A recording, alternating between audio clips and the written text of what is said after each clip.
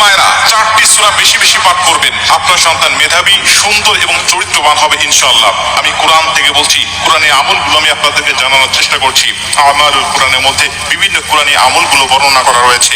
বিশেষ করে গর্ভবতী মায়েরা যখন গর্ভাবস্থায় থাকেন, তারা যদি এই সূরাগুলো পাঠ করতে পারেন, এই সূরার বরকতে, এই সূরার ফজিলতে আল্লাহ পাক অবশ্যই আপনার সন্তানকে মেধাবী, সুন্দর, চরিত্রবান এবং হিকমতওয়ালা হিসাবে আল্লাহ পাক অবশ্যই কবুল করবে। কারণ আল্লাহ পাক আমাদেরকে এই পবিত্র কোরআন বিভিন্ন ফজিলতের জন্যই আমাদের কাছে পাঠিয়েছেন।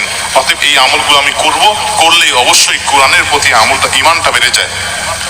1 নম্বরে গর্ভবতী মায়েদেরকে আমি বলতে চাই, আপনি এই সূরাগুলো এর জন্য পাঠ করবেন, বর্তমান বিজ্ঞান বলছে যদি কোনো সন্তান মায়ের পেটে 22 সপ্তাহ হয়ে যায়, বয়স হয়ে যায়, ঠিক তখন থেকে সন্তান মায়ের পেটের ভিতরে সমস্ত আওয়াজগুলো সে শুনতে পায়, মায়ের হার্টবিটের আওয়াজটা সে শুনতে পায়, পেটের মধ্যে যাবতীয় শব্দগুলো সে শুনতে পায়।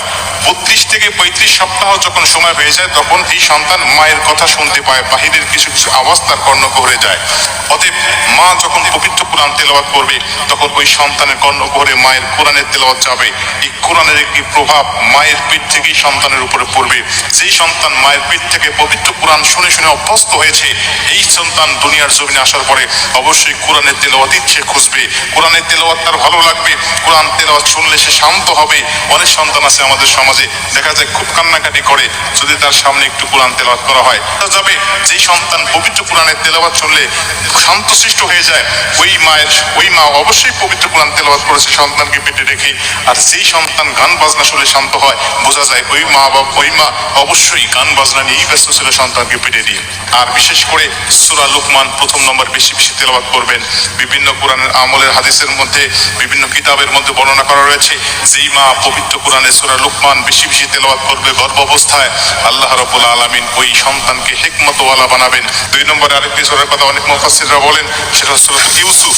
যেই মা সূরা ইউসুফ বেশি বেশি তেলাওয়াত করবে, আল্লাহ রাব্বুল আলামিন ওই সন্তানকে সুন্দর চরিত্র, রুহানি তার চেহারা সুরতকে সুন্দর করে দিবেন অবশ্যই। 3 নম্বরে আরেকটি সূরার কথা বেশি বলা হয়, সেটা হলো সূরাতুল মুহাম্মদ।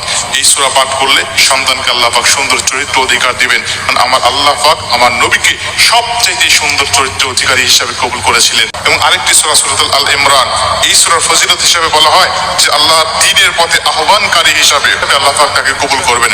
এক কথা বলা যায় তাকে আল্লাহ আলিম হিসাবে কবুল করতে পারেন। এজন্য এই 4টি সূরা বেশি বেশি পাঠ করবেন।